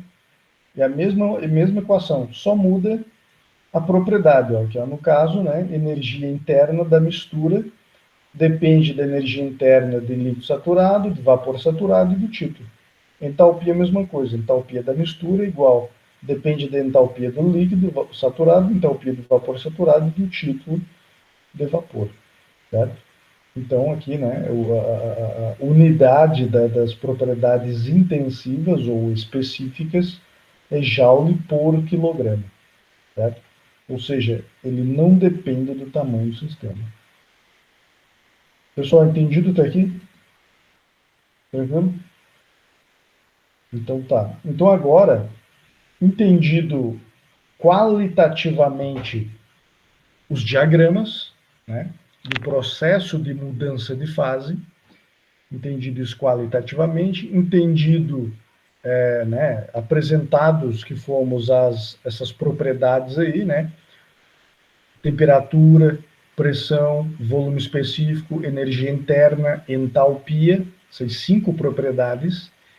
Então, agora estamos prontos para entendermos as tabelas termodinâmicas e também buscarmos as informações lá nas tabelas termodinâmicas, certo? Então, vamos lá ver como é que funcionam as tabelas. Muito bem. Então, olha só.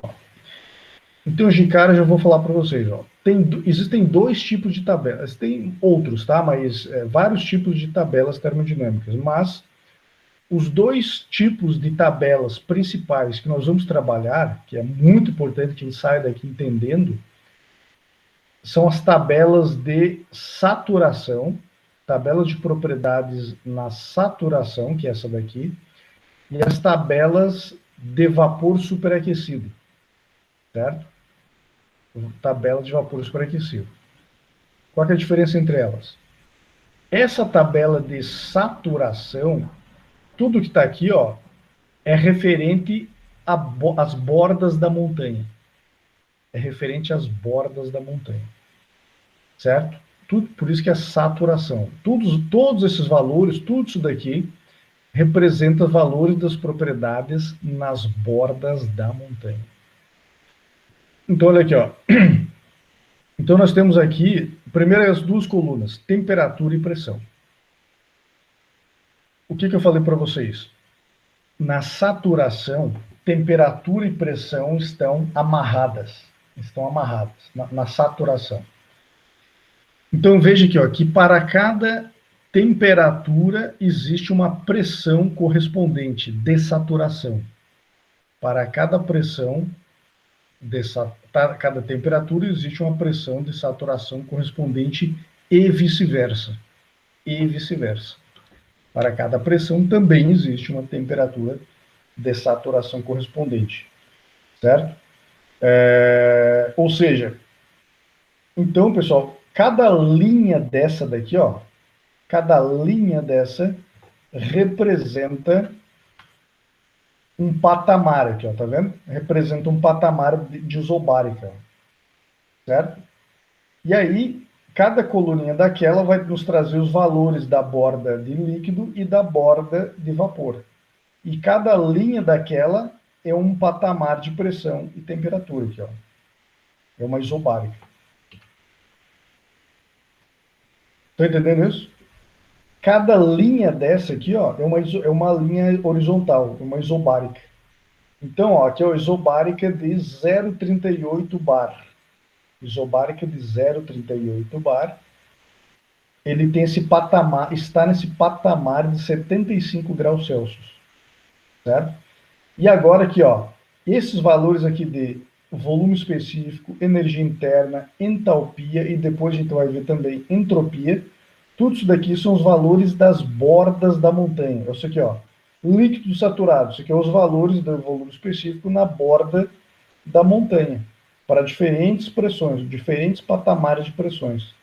E aqui o valor do volume específico da borda do vapor, da borda da montanha referente ao vapor. Ó, para diferentes patamares de pressão. Mesma coisa, ó. Qual é o valor da energia interna da borda de líquido lá da montanha? Isso aqui, ó, da borda de vapor, todos os valores de energia interna. Entalpia, né? Entalpia aqui, ó, os valores da borda de líquido e aqui os valores da borda de vapor. E aqui no meio, pessoal, é a diferença, ó, certo? Isso aqui, ó, é entalpia de vaporização ou de evaporação. É simplesmente esse valor de entalpia de vapor saturado menos entalpia de líquido saturado. Este menos este é igual a esse do meio aqui. E isto daqui, pessoal, é o famoso calor latente. Lá em física do segundo grau, lembra que vocês aprenderam lá o calor latente? Né? Que a água, quando está aquecendo, ela tem um calor sensível, né? E depois, quando atinge a saturação, calor latente, que é horizontal. E depois, quando chega no final da vaporização, volta para o calor sensível. Lembra disso? Então, esse H evap aqui, ó, é justamente o calor latente. É a diferença de entalpia, tá? De líquido para vapor. E entropia, a mesma coisa. Só que entropia a gente vai ver depois, não vamos falar agora da entropia. Beleza? Então, isso aqui é a tabela da saturação.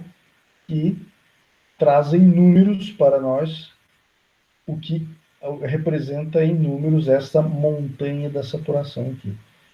Entenderam isso, pessoal? Inclusive, vamos analisar o seguinte, ó. Olha só, vamos fazer uma análise qualitativa aqui, ó. Veja que para baixas pressões, a diferença aqui, ó, vamos pegar o calor latente, ó.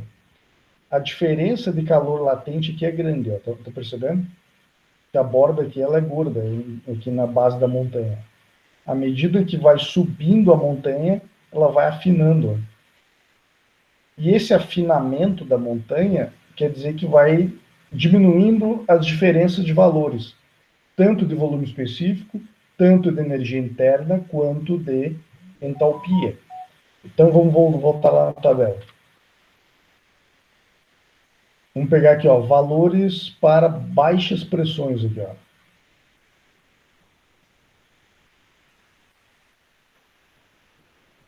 Certo? Aqui, ó. A diferença para baixas pressões, o calor latente, ó, 2.382. À medida que a gente vai subir, ó, indo para baixo aqui, ó, estão vendo que a pressão está aumentando, estão percebendo? Está aumentando a pressão, ó, 0,31, ponto 31, ponto 38, ponto 57, 8,84, 1. Aqui é a pressão atmosférica.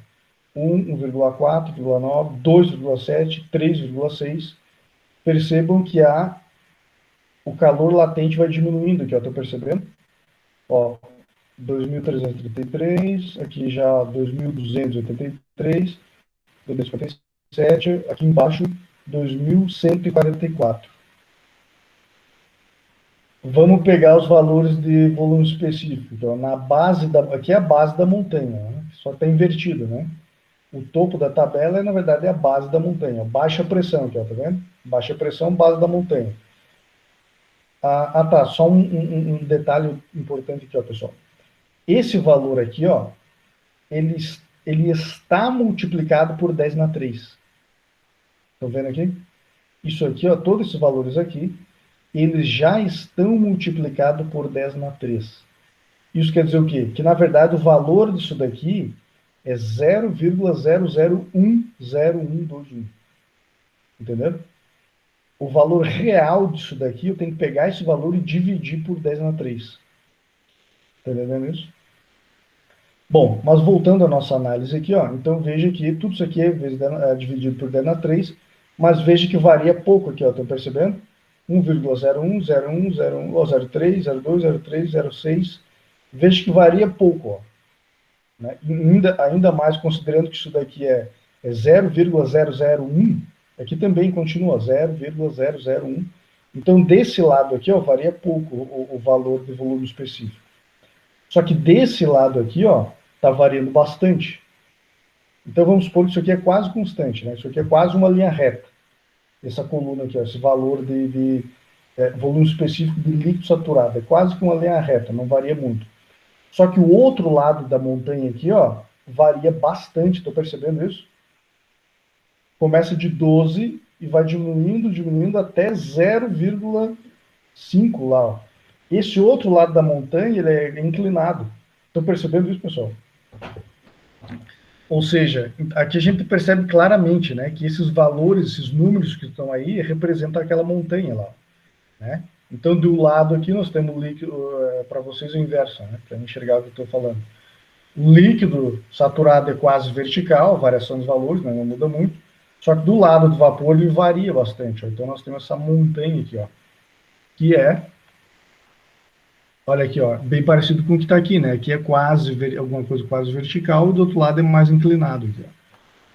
Percebendo isso? Entendeu isso, pessoal? É a mesma coisa que acontece com todas as outras propriedades aqui, ó. Vai subindo, né? Vai aumentando a pressão, a diferença entre esses valores aqui vão diminuindo. A diferença entre esses valores vai diminuindo. Pessoal, entenderam? Dúvidas? Perguntem. Pessoal, isto é fundamental. O entendimento disso é fundamental. tudo que nós vamos ver durante o curso aqui de termodinâmica está baseado nisso, no entendimento dessas tabelas e a interpretação dessas tabelas como enxergando aquela montanha da saturação. Vocês entenderam que essa tabela representa a montanha em números? Vocês entenderam isso, né? Sim. Sim, professor. Beleza. Então, estou admitindo que está entendido, tá? Isso é primordial. Ok? Eu vou passar para vocês exercícios que ao longo da semana para vocês fazerem, tá? Para exercitarem e assimilarem isso na mente de vocês. Vocês não podem esquecer disso. Porque se depois lá na frente vocês esquecerem disso aí, vai dar tudo errado, tá? Vocês vão se confundir e não vai dar certo as análises que vocês forem tentar fazer. Então, manter na mente esse entendimento é fundamental. Muito bem. Então, vamos para a tabela de vapor superaquecido. Ó, depois aqui no final tem um exemplo, para a gente ver aqui. Vamos para a tabela de vapor superaquecido. Muito bem. Em primeiro lugar, o que é vapor superaquecido? Vou voltar lá no diagrama.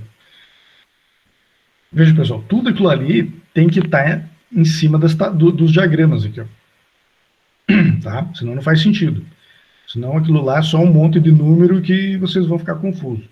Tem que olhar para aquelas tabelas lá e enxergar o diagrama. Certo? Muito bem. Então é o seguinte, ó. Então nós temos aqui, ó, do lado direito, a linha de vapor saturado, certo? Quando o sistema recebe mais energia e descola da montanha, entra nesse campo aqui, ó, todo esse campo aqui à direita, tudo isso daqui é vapor superaquecido. Descolou da montanha, é vapor superaquecido. Entenderam isso? E de novo aqui, ó. Então aqui, ó, na mesma isobárica, então olha aqui, ó. Calor sensível, calor latente, calor sensível, que vocês já conhecem, desde lá do segundo grau. Então aqui, ó, tô no meio da montanha, vou injetando calor, chego na saturação. Pã. A partir daqui, se eu continuar injetando calor, o que vai acontecer? Vai começar a aumentar a temperatura, certo? Mas se eu caminhar em cima dessa isobárica aqui, ó, o que significa? Que a pressão não muda. Eu vou continuar, ó, caminhando em cima dessa isobárica aqui, ó. Eu vou continuar na mesma pressão, só que a temperatura vai começar a aumentar. Tá aqui, ó. Tá aumentando a temperatura. E aumentando também o volume específico. Tô percebendo? Volume específico aumentando, temperatura aumentando, só que a pressão não muda aqui, ó. Em cima dessa isobárica. Entenderam isso? Então agora vamos lá na tabela. Aqui, ó.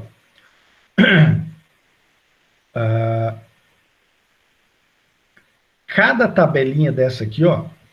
Cada tabelinha dessa aqui é para uma isobárica apenas. Aqui, ó. Essa tabela aqui é para a isobárica de 1,5 bar. Entendeu? Então aqui, ó.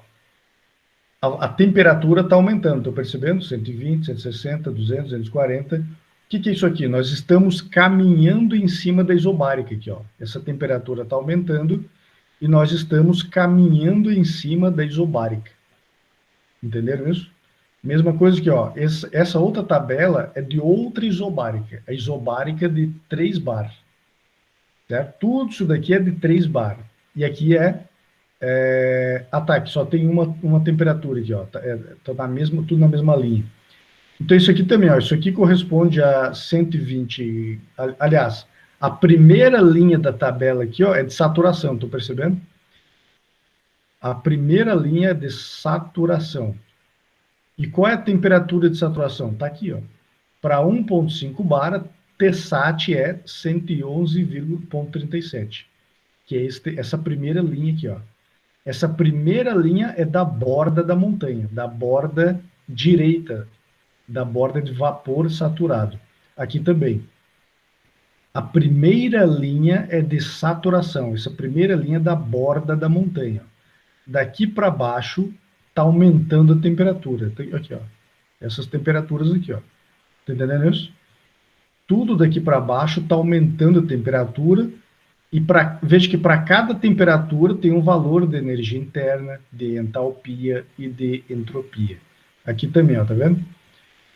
Ó, para 200 graus, já estou lá fora da montanha, aqui, ó.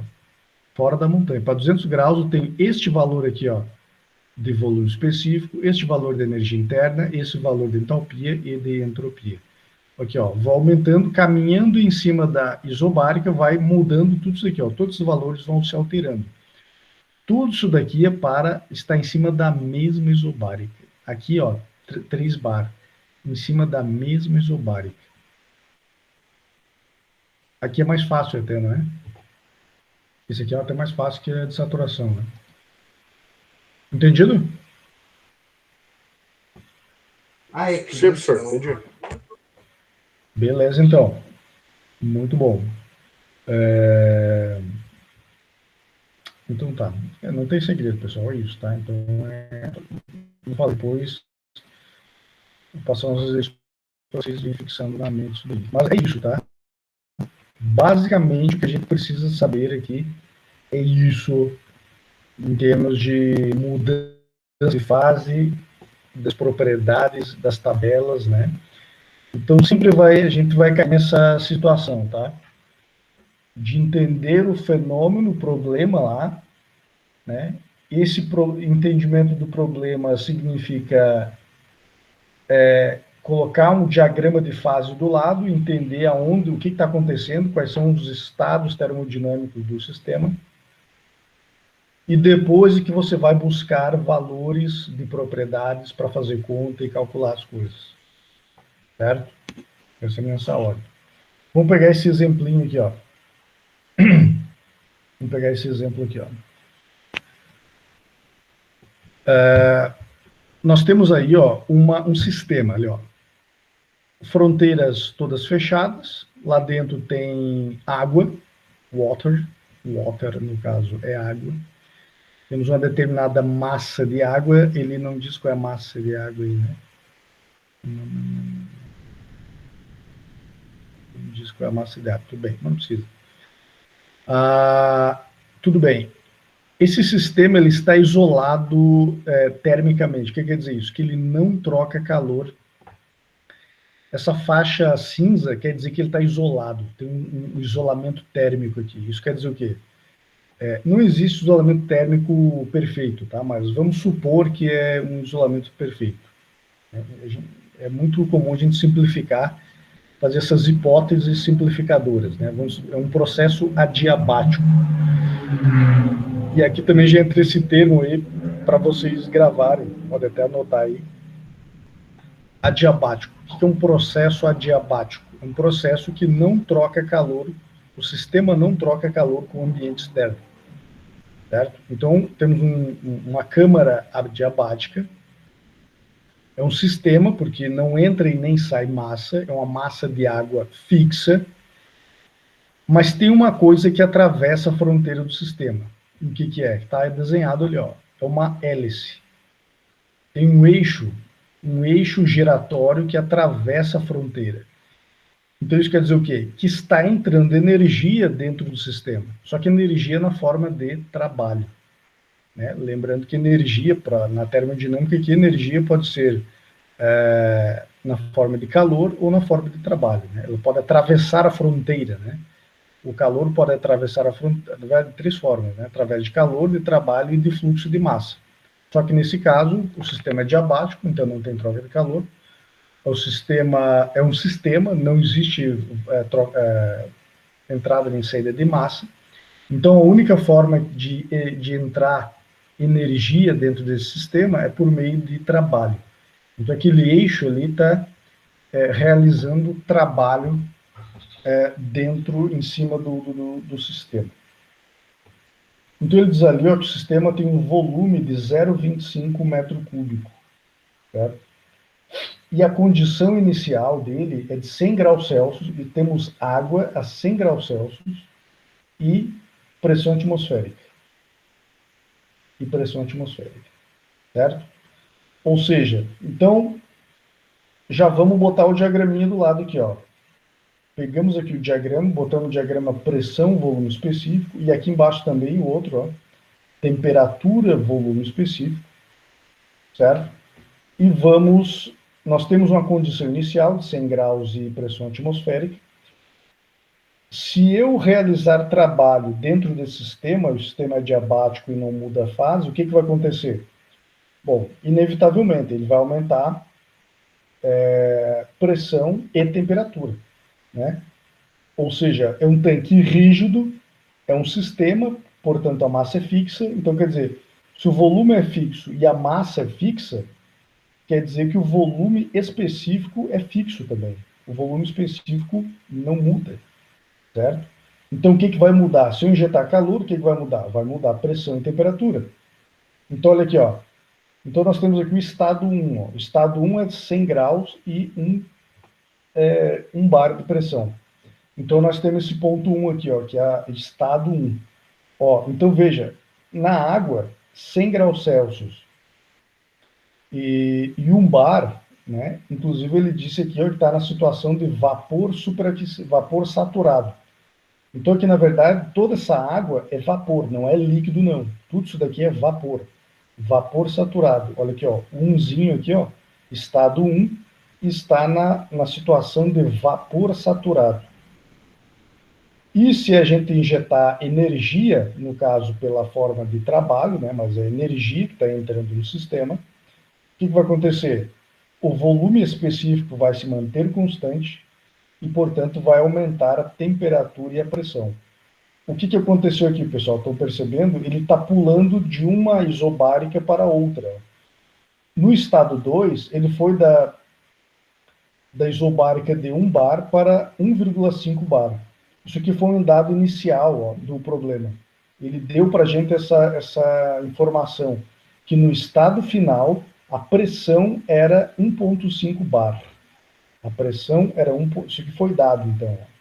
Né? Eu tinha lá vapor saturado, injetou-se energia no sistema, e ele subiu reto aqui, ó, no volume específico constante, subiu reto até chegar na isobárica de 1,5 bar.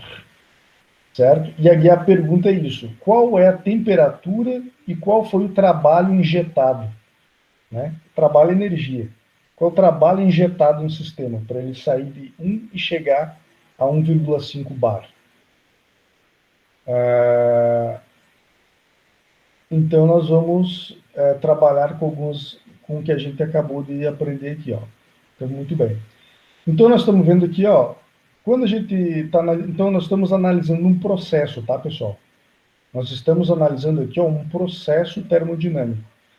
O que é um processo? É quando eu tenho um estado, o sistema está num estado e vai para outro estado. Então, nós temos o estado 1 e o estado 2. Certo? Então, nós temos que entender, determinar os valores das propriedades no estado 1 e no estado 2. É assim que a gente analisa um processo termodinâmico. Em geral, temos os dados do estado 1 e queremos saber os dados, os valores das propriedades do estado 2. Certo? Então, muito bem. Quais são os valores das propriedades no estado 1? Foi dado aqui, ó, 100 graus Celsius, 1,01 bar. E pelas tabelas termodinâmicas, a gente pode ver pegar lá da tabela, que o volume específico é esse aqui, ó, né? É de 1,673 metro cúbico por quilograma, certo? Já que é água, né? E vamos ver ali naquela tabelinha que nós tínhamos, né? Então vamos lá na tabela de vapor saturado. Vamos ver se a gente encontra lá esses valores. Isso aqui é água. Aqui, ó, 1,01. É essa pressão aqui, ó. A 100 graus, está amarrado, né? Saturação, temperatura e pressão estão amarrados. Qual que é o valor de volume específico para vapor saturado? Olha aqui, ó. Pressão, para esta pressão, o valor de volume específico para vapor saturado, olha ali, ó, PAN, 1,673 metro cúbico por quilograma, aqui, ó, entendeu? Então, o problema deu para a gente esses dois dados, ó, 100 graus, pressão, na verdade, só poderia dar um, nem precisaria ter dado os dois. Era só ele dizer que estava ou nesta pressão ou nesta temperatura, e que era vapor saturado, que a gente viria aqui na tabela e acharia o outro, a pressão ou a temperatura, né? Se ele não tivesse dado uma das duas, e encontraríamos o valor o valor de vapor do volume específico, que no caso 1,673. Ok? Entenderam isso? Então, de onde é que veio esse valor? Veio lá da tabela termodinâmica. Muito bem. Só que nós vamos precisar também, para calcular isso aqui, depois a gente vai ver, pessoal, essa equação aqui, ó, isso aqui é a primeira lei da termodinâmica aplicada a um sistema, tá? Que já foi simplificado. O calor não existe, teria o calor aqui, o calor já foi cortado, mas aqui já apresentando para vocês diretamente, como é que calcula o trabalho? O trabalho é igual à variação de energia interna do sistema, tá? E, só que na tabela termodinâmica nos traz os valores de propriedades intensivas ou específicas, né?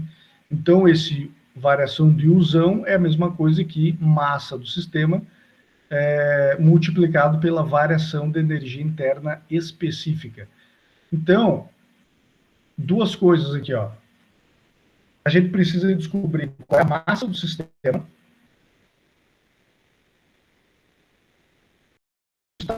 e energia interna específica no estado 2, certo? Como é que nós vamos descobrir isso? Então, para poder calcular qual foi o trabalho injetado no sistema, a gente precisa descobrir isso, qual é a massa do sistema e energia interna no estado 1 e no estado 2, certo? Como é que nós vamos fazer isso? Bom, nós já encontramos ali, pelos dados da saturação, que o volume específico é 1,673. E o problema deu para a gente que o volume do sistema é 0,25 metro cúbico. Então, olha essa equaçãozinha aqui do meio, ó. Tá vendo aqui?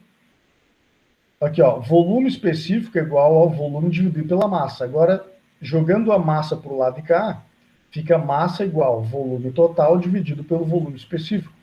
Então, o volume total foi dado, 0,25, dividido pelo volume específico que a gente encontrou, PAN, nós vamos encontrar o valor da massa.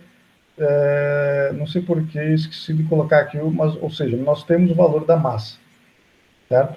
Facilmente deve calcular a massa aqui, então, né? Pessoal, veja o seguinte, ó, do processo do estado 1 para o 2, o que variou e o que não variou? A gente sempre faz essa pergunta, tá? Para entender o que aconteceu durante o processo. O que variou, o que não variou. O que variou? Variou temperatura, variou pressão e variou energia interna. Isso que variou. Temperatura, pressão, energia interna. O que não variou? Não variou o volume específico. Olha aqui, ó. Subiu reto aqui, ó. Olha, esse eixo aqui é de volume específico, né? De 1 para 2, ele subiu na vertical, que quer dizer que o volume específico não variou. Isso quer dizer o quê? Que o volume específico V2 é o mesmo, não variou, tudo bem. Mas isso, para que serve essa informação? Para a gente encontrar o valor da energia interna do estado 2. Energia interna do estado 1. Onde é que a gente procura? Lá na tabela termodinâmica, no estado 1. Mesma coisa aqui, ó. No estado 1 aqui, ó. Que é essa linha aqui, né? Nessa isobárica de 1 bar, ó. Nessa mesma linha, nesse patamar de pressão aqui, ó, nós encontramos o valor de volume específico de vapor saturado, só que a gente quer saber também qual é a energia interna de vapor saturado. Então, eu só vim aqui, ó, energia interna, vapor saturado, naquela pressão ali, é PAN. Aqui, ó, 2506,5. Vamos lá. Aqui, ó, 2506,5. É o valor da energia interna no estado 1, que é vapor saturado, ali, ó. O estado 1 é vapor saturado. Então, o 1 é esse valor aqui, ó. Muito bem. E o 2, como é que nós vamos achar o 2? Bom, pessoal, para a gente determinar um estado termodinâmico, a gente precisa de pelo menos duas informações. Ou seja, pelo menos fora da saturação, tá? Na saturação, a gente só precisa de uma informação, que é ou pressão ou temperatura. Se a gente tiver ou pressão ou temperatura, né? E claro, na verdade duas, né? E o título, né? Se o título é 0, se o título é 1 ou um título intermediário, certo? A gente pode determinar todas as outras propriedades. Fora da saturação, a gente precisa também de pelo menos duas informações. Então, a gente já tem uma informação. Qual é uma informação do estado 2? É que o volume específico não varia. Então, a gente viu aqui, ó, né? Olha aqui, ó, subiu reto ali, quer dizer que o volume específico do estado 2 é igual ao volume específico do estado 1. Beleza, já temos uma informação. Qual que é a segunda informação? Ele deu o valor da isobárica, né? Certo? Ele deu o valor da isobárica, que é 1,5 bar. Que é 1,5 bar. Então, nós temos dois valores de propriedades do estado 2. Se nós temos dois valores de propriedade, nós conseguimos determinar todas as outras propriedades. Certo? Como que a gente faz? É só ir lá nas tabelas de termodinâmica, no caso. Só que veja que o estado 2, ele está fora da montanha, tá percebendo? O estado 2 está fora da montanha, portanto, ele está no estado de vapor superaquecido. Então, isso quer dizer o quê? Que nós temos que buscar as informações do estado 2 nas tabelas de vapor superaquecido, certo? Então, vamos lá. Pressão 1,5 bar e energia interna 25,06. Vamos lá. Olha aqui, ó. Essa tabelinha aqui, ó, é da isobárica de 1,5 bar. Estamos aqui, ó. Estamos em casa aqui. Muito bem. Só que, então, já sabemos que está por aqui o valor, né? Então, nós queremos achar energia interna. Né? Energia interna é essa coluna aqui, ó. Só que a gente não sabe qual dessa linha aqui é a energia interna que a gente quer. Mas qual é a outra informação que nós temos? É o volume específico. O volume específico é 1,63, né? Quanto que é mesmo? 1,67. Então vamos ver aqui o que tem para nós aqui. Nessa tabela aqui, que toda ela é da isobárica de 1,5 bar, vamos ver onde é que está aqui o volume específico de 1,67. PAN. Tem 1,69 e 1,57. Não tem exatamente 1,67. Mas é um valor intermediário. A gente sabe que é um valor intermediário. Então, portanto, aqui, ó, pegando aqui a coluna de energia interna, o valor da energia interna que a gente quer está aqui no meio, ó, está entre 2,717 e 2,778. Está aqui, está dentro desses valores. Energia interna do estado 2, 2. Certo? Então, o que a gente deveria fazer, pessoal, para encontrar o valor exato? A gente tem que interpolar. Tem que usar um método matemático que é chamado de interpolação. Pessoal, vamos supor que o volume específico fosse exatamente a metade aqui, ó, desses dois, né? Fosse a metade, certo? Então, quer dizer que estaria fácil, né? Era só calcular a média. Seria só calcular a média da energia interna. Então, se fosse, né, estivesse no meio do caminho, seria fácil. Mas não é o caso. Na verdade, ele está mais perto do 1,69, né? 1,67 está mais perto do 1,69. Então, a rigor, nós temos que interpolar. Certo? Mas tudo bem, depois eu falo sobre o que é interpolação. Interpolando, nós vamos obter esse valor aqui, ó, 2,767. E qual é a temperatura? Porque ele pediu a temperatura também, né? Então, a temperatura também vai estar entre esses dois, ó, vai estar entre 240 e entre 280. Mas qual o valor? Bom, interpolando também, aplicando o método da interpolação, que a gente conhece o valor do volume específico, né, no estado 2, o valor da temperatura é PAN.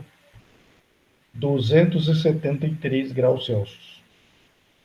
Certo? Então, muito bem. Agora nós temos o valor da massa, o U1, o Uzinho 2, podemos calcular qual que é o valor do trabalho injetado, que é isso aqui, ó, PAN, calculando, menos 38,9 kJ. Por que menos? Porque o trabalho está entrando. Depois a gente vai ver isso aí, tá? Lá no capítulo 3, nós vamos ver a primeira lei da termodinâmica, e aí tem algumas convenções de sinais que a gente vai aprender, então vai ficar mais claro para vocês. Mas só para vocês entenderem como é importante as tabelas termodinâmicas. Vocês perceberam isso? Perceberam que para o problema, né, houve um processo aqui, ó. Eu tinha uma câmara cheia de vapor saturado, tinha uma hélice girando lá dentro, o estado inicial era de saturação a 100 graus, né, e foi dito que no estado 2 o processo parou quando a pressão atingiu 1,5 bar, mas a pergunta que ficou era qual é a temperatura e qual foi a quantidade de trabalho injetado. Para resolver isso, nós precisamos precisamos ir lá nas tabelas termodinâmicas e buscar os valores das propriedades, né? E aí, conhecendo as propriedades do estado 1 e do estado 2, é que a gente consegue resolver o problema e quantificar as propriedades e as variáveis ali. Entenderam isso, pessoal? Então, é por isso que é só uma palhinha para a gente entender para que serve, né, as tabelas termodinâmicas, tá? E tem mais aqui.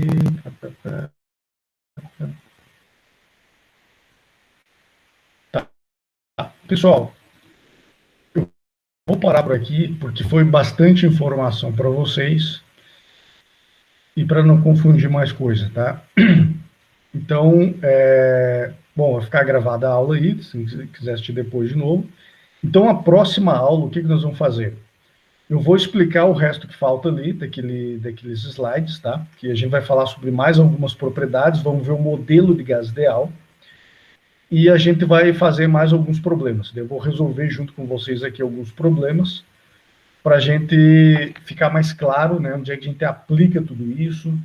Vamos usar mais as tabelas termodinâmicas, e para tudo isso ficar mais claro para vocês, tá? Então, nós vamos ter mais uma aula ainda referente às propriedades termodinâmicas, para daí depois a gente entrar lá na primeira lei da termodinâmica.